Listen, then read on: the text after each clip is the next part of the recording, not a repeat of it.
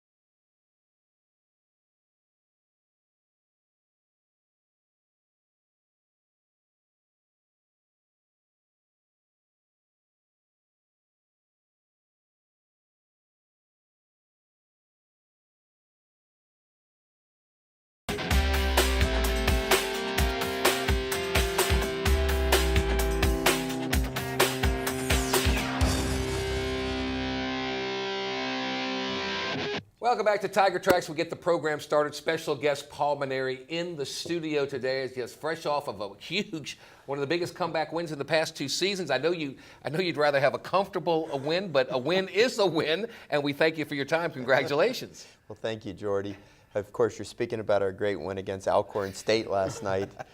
I'll tell you, it was a remarkable game. It really was. But, you know, Jordy, I've been doing this for so many years. I know that these things happen. Yeah. I've had so many games through the years that we've lost, you know, with teams that have just played so spectacular and things went against you.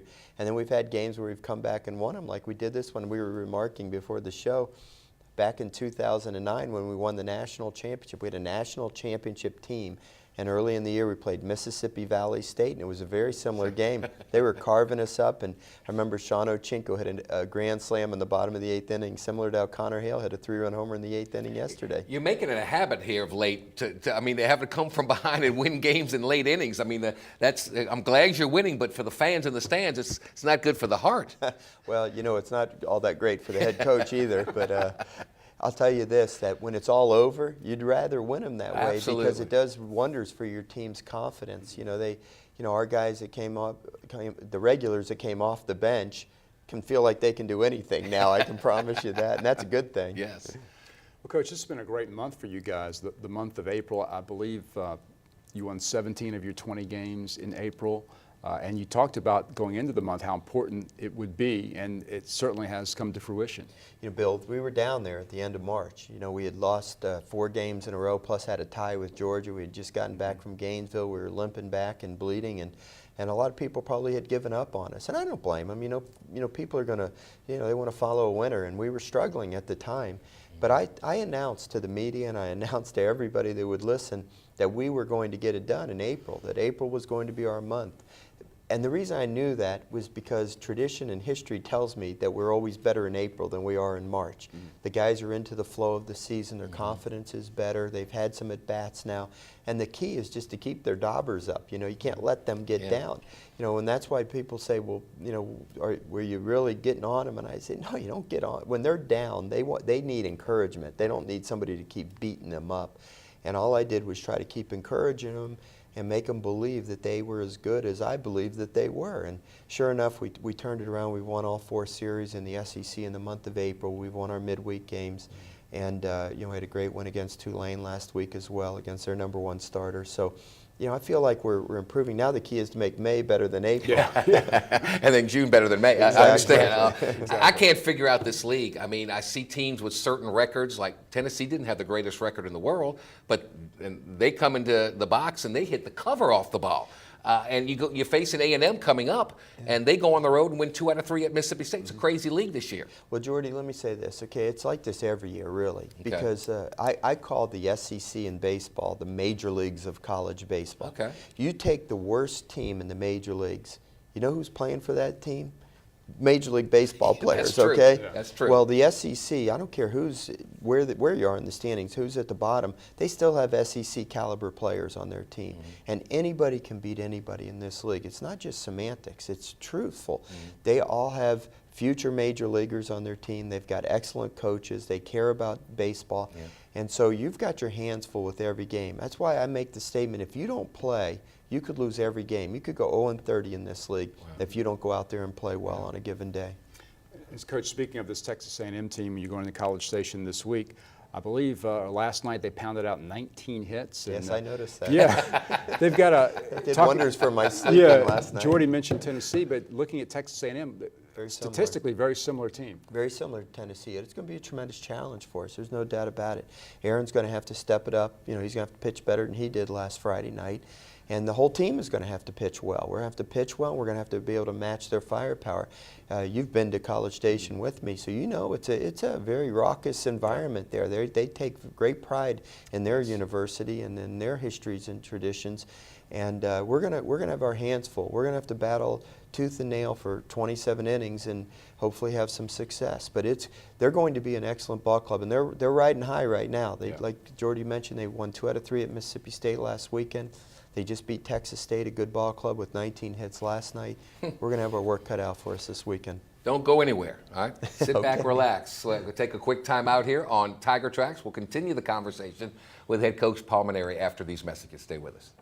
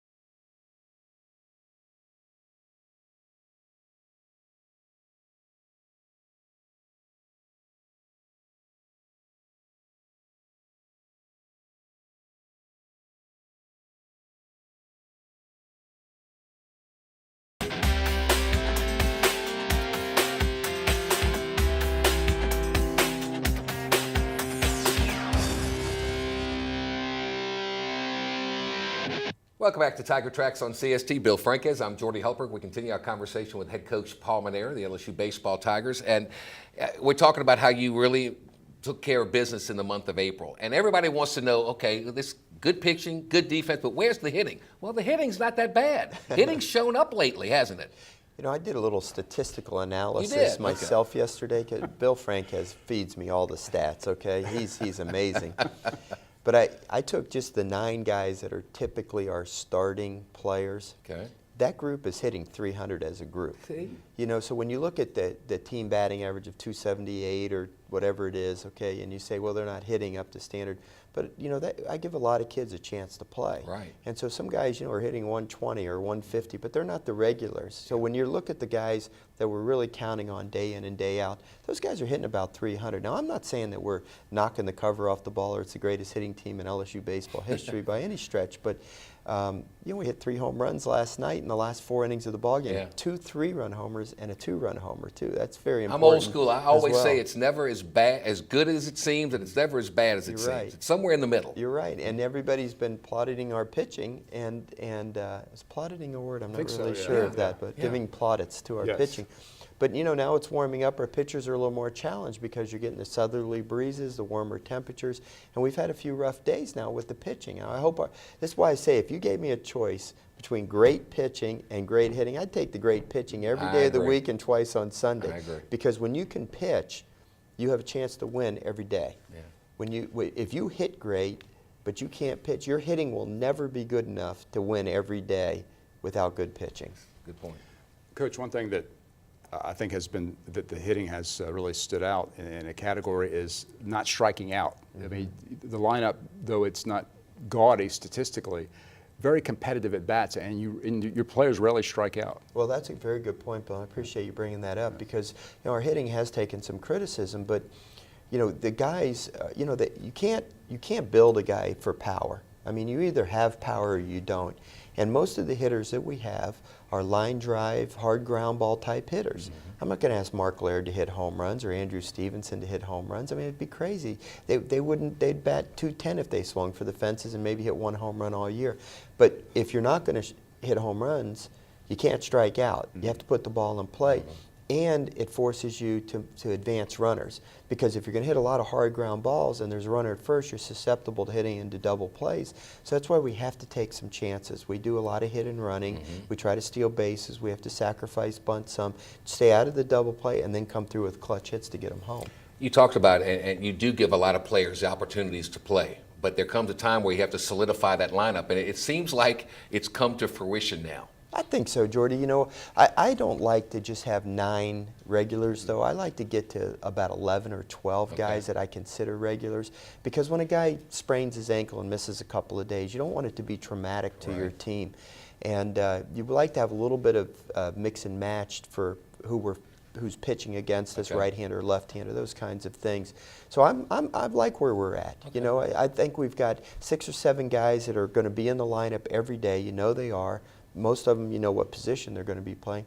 And then there's a couple of positions that are a little bit in flux, and I think that's a good thing. It keeps everybody sharp, keeps everybody on their toes, and everybody's got a role on your team.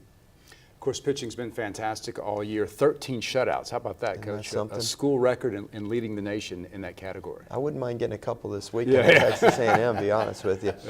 Well, that's fantastic, and that's just a tremendous credit to our great pitching coach, Alan Dunn, and the work he does with our staff, and of course to those kids.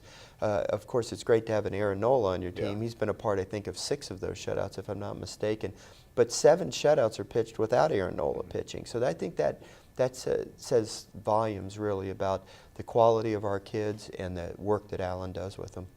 All right, we'll take another break. We're going to come back and we'll continue the conversation. One more segment, because he's so good, and that's Paul Mainieri. He's very good. We'll be back. This is Tiger Tracks on CST. Stay with us. Tiger Tracks on CST is being brought to you by Capital One Bank, the official bank of all things Louisiana, and by Louisiana Propane Dealers. Get up to $1,200 in rebates on propane accessories. Find out how at louisianapropane.com.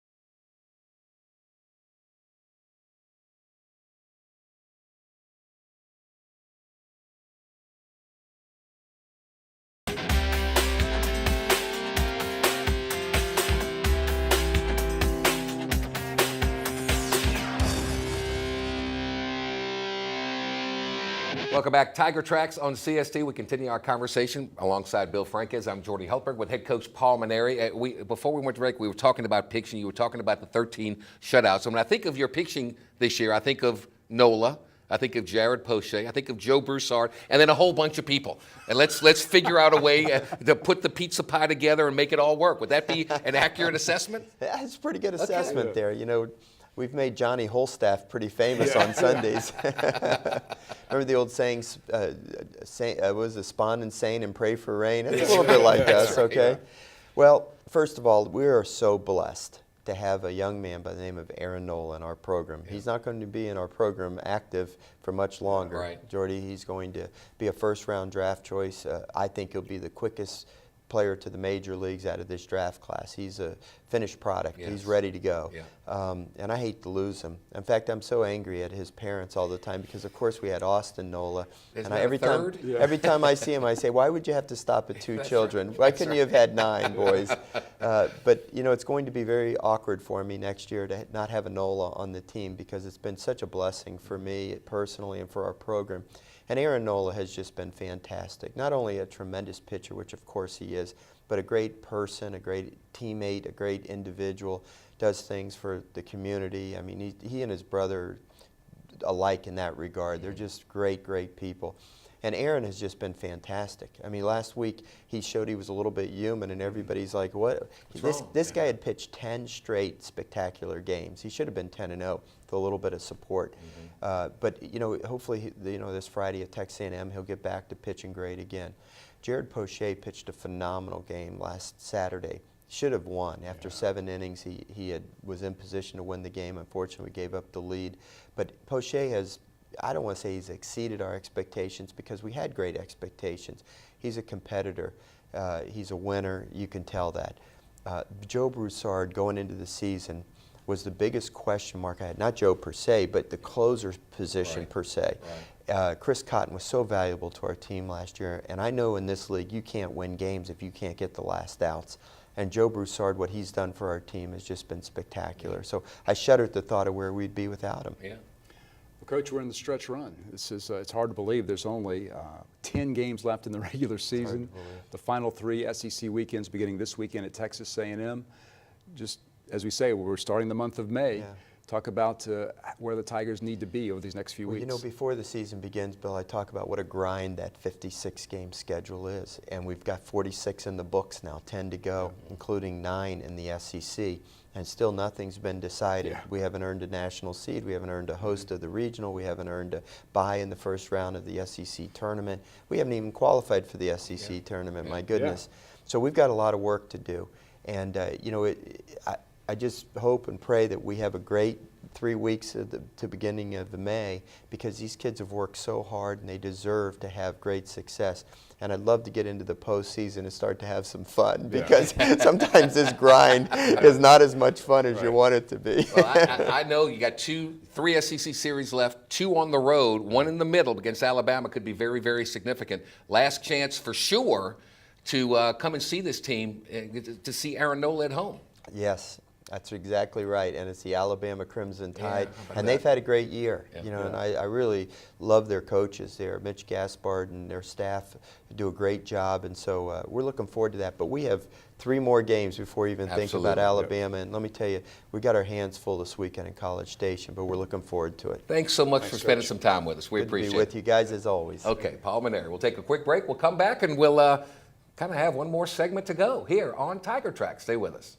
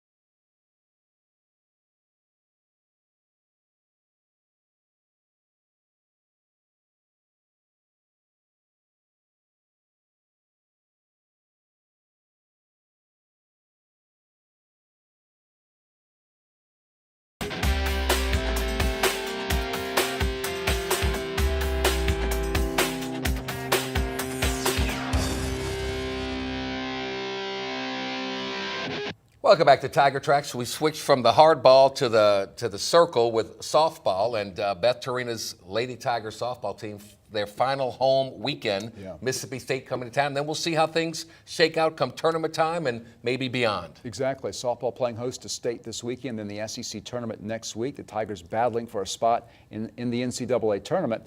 Garrett Wolvert had a chance to talk to the Tigers seniors as they prepare for their final home weekend at Tiger Park. Let's take a look.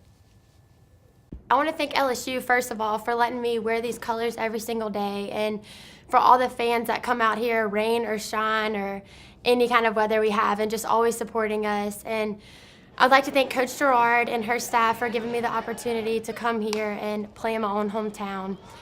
Coach Torina, obviously, Coach Dobson, Show, Coach Lindsay, Quinlan, everybody that's involved, Pam, our trainer. Thank you all so much for just always believing in me and, individualizing each of us when you coach us. And thank you to my teammates for honestly crying with me and laughing with me and just going through everything. And I'll never have this type of bond with anyone else. I'd like to thank Coach G for allowing me the opportunity to play here, first of all, and for Coach Torina for allowing me to stay. And these last 5 years have been so much fun. I couldn't imagine doing anything else. And thank you to the entire coaching staff, Coach Dobson and Coach Lindsay and Show, for being great coaches, softball-wise, but for also being just great people. I learned a lot of things from them. Like, I learned how to hit a curveball, but I also learned how to be a good person. So thank you, Tiger fans. We go to a lot of different places. We get to see a lot of different fan bases, and this one's the best. I couldn't imagine playing for a different fan base than this one. You really are like my family, and just wherever we go, we have Tiger fans, and it's just an amazing experience playing for people like you. So, go Tigers. The fans, I've never seen tailgates to a softball game. So, that's great. And just all the people that have actually taken the time out to talk to me and my teammates outside of softball. It's great that you guys cheer us on while we're playing, but to get to know us as people, I think that's great. It makes me feel a lot more at home and a lot more comfortable seeing that my family didn't get to see me play in Tiger Park until this weekend. So, I just can't thank you guys enough for that. And all my teammates, past and present, it was great making memories with you guys. I'm gonna miss you guys so much, even though I may not show it all the time. I really do appreciate everything we've gone through together. My time at LSU has been an experience that I really can't put into words. The people that I've met along the way, I'm extremely, extremely grateful for. I'd like to thank Coach Gerard for even giving me the opportunity to play at such an amazing school, and Coach Beth and the rest of the staff for allowing me to pursue my dreams here and being an LSU Tiger. I'd like to thank Quinlan for everything that she does. If it weren't for her, we'd be running around like a chicken with our heads cut off on the road. My teammates, y'all are a special group of girls, and the blood, sweat, and tears that we've experienced together, the shuttle, the military workout, it's things that I'll never forget, and they're memories that I plan to tell, my children and my grandchildren about someday. And I really can't thank y'all enough for making this 4 years the best 4 years of my entire life. So I want to thank Coach Torina and her coaching staff, along with Quinlan. I don't really know what Coach Torina saw in me, but I'm really glad she did, because without her, I wouldn't be at this amazing university and getting to compete in one of the top conferences in the country, the SEC. My teammates, both past and present, without them, especially the senior class, without them, it just wouldn't, be this experience wouldn't be the same. And I'm glad I got to experience, being with them, even if it was for 2 years. They're some of my best friends, and I'm glad that I've gotten to know them, and I can't wait to go to the World Series with them this year. I want to start off by saying that these past 4 years have been some of the most challenging times of my life, but they've also been some of the best 4 years of my life. And first, I have to thank God for bringing me here, because I'm so blessed and so lucky to be here. I want to thank Coach G and Coach Hobbs for all that they did for me that first year. It was an incredible experience to get to play for them. And then, of course, thanks to Coach Beth and Coach Dobson, Lindsay, Show, Quinlan. They've done so much for all of us, me and my teammates, and brought me experiences that I never would have had otherwise. Of course, thank you to my family and my friends They've been here every game. I couldn't do anything without him. They're always at the games, always there to support me whenever I needed anything. And thank you to the fans. Y'all are absolutely incredible. This atmosphere that we have at Tiger Park has been unforgettable. You know, as fans that travel with us to New York, that's, I think, something that not a lot of schools get, that kind of support. And of course my teammates, I've made friends for life here, and I've made a second family, and their families that I'm going to keep with me for the rest of my life. Well, we're down to the stretch run. All these seasons coming to a close. Congratulations, men's golf finishing second in the SEC. That's women's golf getting ready to go. Women's tennis invited to the NCAA tournament. There's a lot of good things going on. Exactly. Track and field still going Yes, strong. They had of a course. great meet at the Penn Relays last weekend. Their postseason is approaching, so it's a great time of the year. The Tigers will be contending for titles as we head down the stretch run. Have fun driving to College Station. Appreciate it's that. always a fun thrill. Yes, it is. For Bill Frankins, I'm Jordy Helper. Thanks so much for joining us. We'll see you next time on Tiger Tracks.